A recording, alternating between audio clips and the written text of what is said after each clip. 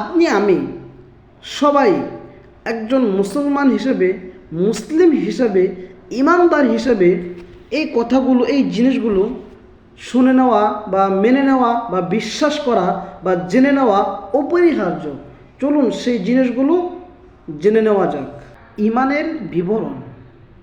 ইসলাম ধর্ম 5টি স্তম্ভের উপর স্থাপিত, যথা কালিমা, নামাজ, রোজা, হজ, যাকাত।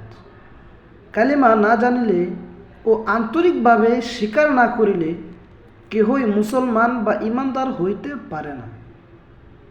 নিম্নলিখিত কালিমাগুলি হইতে কালিমা তাইয়্যিবা ও কালিমায়ে শাহাদাতকে মুখে উচ্চারণ করা ও অর্থ বুঝিয়া অন্তরে বিশ্বাস করিয়া মানিয়া লওয়া মুসলমানদের জন্য সর্বপ্রথম ফরজ।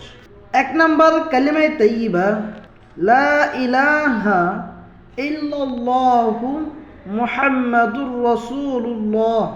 কালিমা তাইয়্যিবার অর্থ আল্লাহ তাআলা ব্যতীত ইবাদতের উপযুক্ত আর কোনো মাবুদ নাই।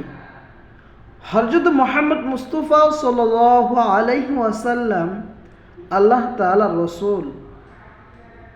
2 নম্বর কালিমাতুশ শাহাদাত, আশহাদু আল্লা ইলাহা ইল্লাল্লাহু ওয়া আশহাদু আন্না মুহাম্মাদান আবদুহু ওয়া রাসূলুহু। কালিমায়ে শাহাদাতের অর্থ আমি সাক্ষ্য দিতেছি যে আল্লাহ তাআলা ব্যতীত ইবাদতের উপযুক্ত আর কোনো মাবুদ নাই। আমি আরও সাক্ষ্য দিতেছি যে হযরত মুহাম্মদ মুস্তাফা সাল্লাল্লাহু আলাইহি ওয়াসাল্লাম আল্লাহ তাআলার বান্দা ও রাসূল। 3 নম্বর ইমানে মুজমাল, আমানতু বিল্লাহি কামা হুয়া বিআসমাইহি ওয়া সিফাতিহি ওয়া কাবিলতু জামিআ আহকামিহি। ইমানে মুজমালের অর্থ আমি ঈমান আনিলাম সর্ববিধ নাম ও গুণ বিশিষ্ট আল্লাহ তাআলার উপর এবং তাহার সমস্ত হুকুম মানিয়া লইলাম।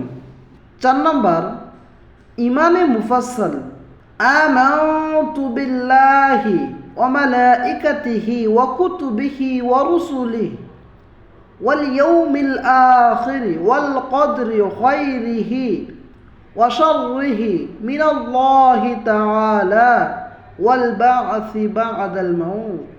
ইমানে মুফাসসালের অর্থ 7টি জিনিসের উপর ঈমান আনিতে হইবে, অর্থাৎ মনে অকাট্য রূপে বিশ্বাস এবং মুখে স্বীকার করিতে হইবে।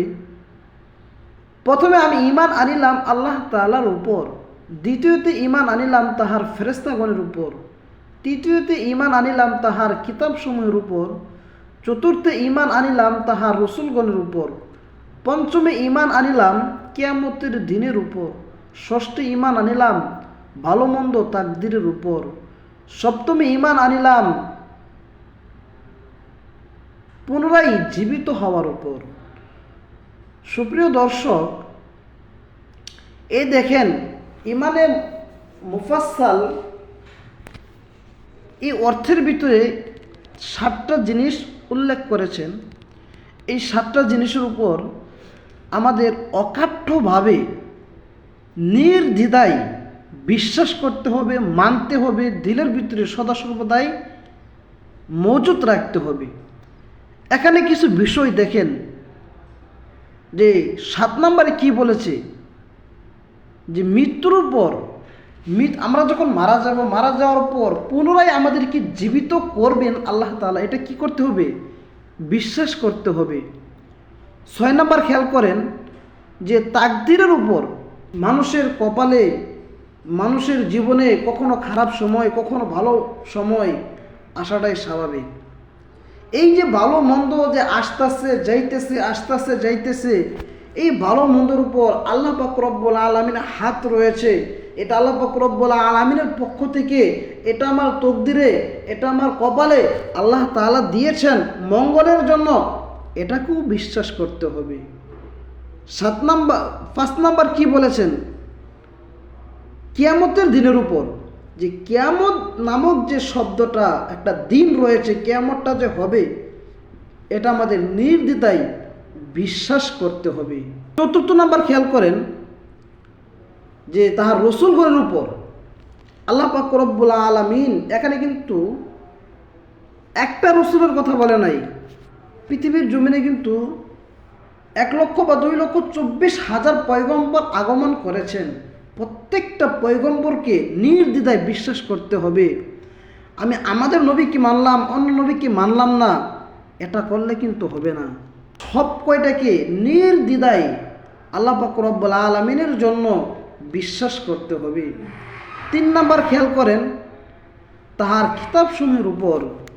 এখানে কিন্তু শুধু একটা কিতাব কোরআনকে উল্লেখ করে নাই, কিতাবসমূহের উপর, বরঞ্চ আসমান থেকে যে কয়টা কিতাব আসছে প্রত্যেকটা কিতাব নির্দ্বিধায় বিশ্বাস করতে হবে, মানতে হবে।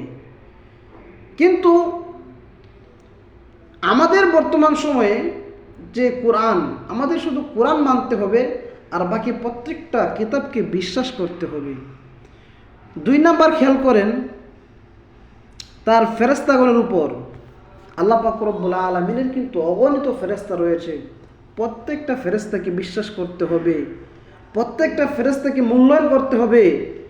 আমি প্রসিদ্ধ কয়েকটা ফেরেশতা মানলাম, জিব্রাইল, মিকাইল, আজরাইল, মালাকুল মাউত, এই সমস্ত কয়েকটা ফেরেশতা মানলাম, বাকি ফেরেশতা মানি না বা তাদেরকে আমরা তুচ্ছ মনে করি বা তাদেরকে আমরা বিশ্বাস করি না, এটা করলে কিন্তু হবে না। নির্দ্বিধায় আল্লাহ পাক রব্বুল আলামিনের যত ফেরেশতা আছে সমস্ত ফেরেশতাকে বিশ্বাস করতে হবে এবং ইয়াকিন করতে হবে, দিলে রাখতে হবে যে সব কিছু আল্লাহ পাক রব্বুল আলামিনের ফেরেশতা। প্রথম যে নাম্বারটা আছেন, প্রথম নাম্বার আল্লাহ তাআলার উপর যে ঈমান আনিলাম যে আল্লাহ নামক যা আছে, আল্লাহকে ইয়াকিনভাবে নির্দ্বিধায় বিনা দলিলে আল্লাহ পাক রব্বুল আলামিনকে স্বীকার করতে হবে যে আমাদের পালনেওয়ালা, আমাদের খাওয়ানেওয়ালা, আমাদের সব কিছু করনেওয়ালা, সব কিছুর ক্ষমতার অধিকারী একজন আছেন, তিনি হলেন আল্লাহ। এটাকে নির্দ্বিধায় বিশ্বাস করতে হবে। এগুলো যতক্ষণ পর্যন্ত আমরা বিশ্বাস না করব ততক্ষণ পর্যন্ত আমরা পরিপূর্ণভাবে ইমানদার হতে পারবো না, মুসলিম হতে পারবো না। আর মুসলিম, ইমানদার, মুত্তাকিন যদি না হতে পারি তাহলে কখন আমরা জান্নাতে যেতে পারবো না। এইগুলো বিশ্বাস না করলে জান্নাতে যাওয়া আমাদের জন্য বাধা হয়ে দাঁড়াবে। তো এগুলো আমাদেরকে বিশ্বাস করতে হবে। এগুলো বিশ্বাস করার পর যদি আমরা ছোট্ট একটা আমলও করি তাহলে সে আমল আল্লাহ পাক রব্বুল আলামিন বহু গুণে বৃদ্ধি করিয়া জান্নাতের উসিলা করে দিবেন ইনশাআল্লাহ। আল্লাহ পাক রব্বুল আলামিন আমাকে, আপনাকে এবং পৃথিবীর জমিনের সবাইকে পরিপূর্ণভাবে ইসলামের নিয়মতান্ত্রিক, ইসলামের হুকুম আহকাম, দ্বীনের হুকুম আহকামগুলো মেনে চলার তৌফিক দান করুক, আমিন। ওয়া আখির দাওয়ানা আনিল হামদুলিল্লাহি রাব্বিল আলামিন।